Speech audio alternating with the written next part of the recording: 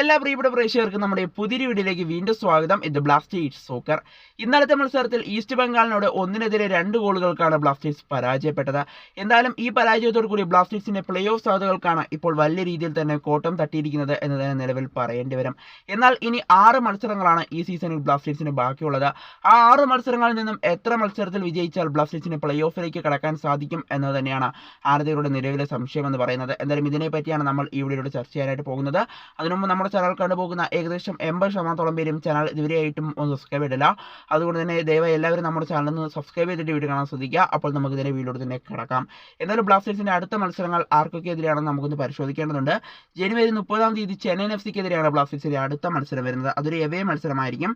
അതുപോലെ തന്നെ ഫെബ്രുവരി 15-ാം തീയതി മോഹൻ ബഗാൻ സൂപ്പർ ജയൻസിനെതിരെയുള്ള ഹോം മത്സരവും അതുപോലെ തന്നെ ഫെബ്രുവരി 22-ന് FC ഗോവയ്ക്കെതിരെയുള്ള എവേ മത്സരമാണ്. അത് കഴിഞ്ഞ് മാർച്ച് 1-ാം തീയതി ജംഷഡ്പൂർ എഫ്സിക്കെതിരെയുള്ള ഹോം മത്സരം, അതുപോലെ തന്നെ മാർച്ച് 7-ാം തീയതി മുംബൈ സിറ്റിക്കെതിരെയുള്ള ഹോം മത്സരം, അതുപോലെ തന്നെ മാർച്ച് 12-ാം തീയതി ഹൈദരാബാദ് എഫ്സിക്കെതിരെയുള്ള എവേ മത്സരമാണ് ഇനി ബ്ലാസ്റ്റേഴ്സ് കളിക്കേണ്ടത്.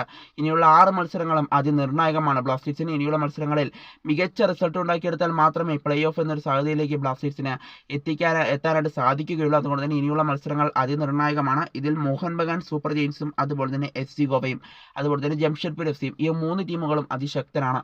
ഇവർക്കെതിരേക്ക് വിജയിച്ചാൽ മാത്രമേ ബ്ലാസ്റ്റേഴ്സിനെ പ്ലേ ഓഫ് സാധ്യതകൾ നിലനിർത്താൻ സാധിക്കുകയുള്ളൂ. കൂടാതെ ഇനി എത്ര മത്സരങ്ങൾ വിജയിച്ചാൽ പ്ലേ ഓഫിലേക്ക് കടക്കാൻ സാധിക്കുമെന്നതാണ് ആരാധകരുടെ മറ്റൊരു സംശയം.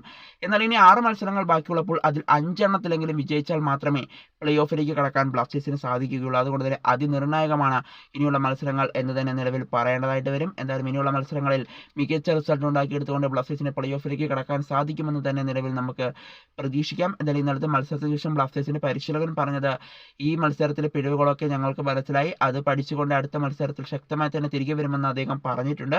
അതുകൊണ്ട് തന്നെ അടുത്ത മത്സരത്തിൽ ബ്ലാസ്റ്റേഴ്സ് തിരിച്ചു വരുമെന്ന് തന്നെ നമുക്ക് നിലവിൽ പ്രതീക്ഷിക്കാം. എന്തായാലും ബ്ലാസ്റ്റേഴ്സിന് ഇനിയുള്ള 6 മത്സരങ്ങളിൽ നിന്നും 5 എണ്ണത്തിലെങ്കിലും വിജയിച്ചാൽ മാത്രമേ പ്ലേ ഓഫിലേക്ക് കടക്കാൻ സാധിക്കുകയുള്ളൂ.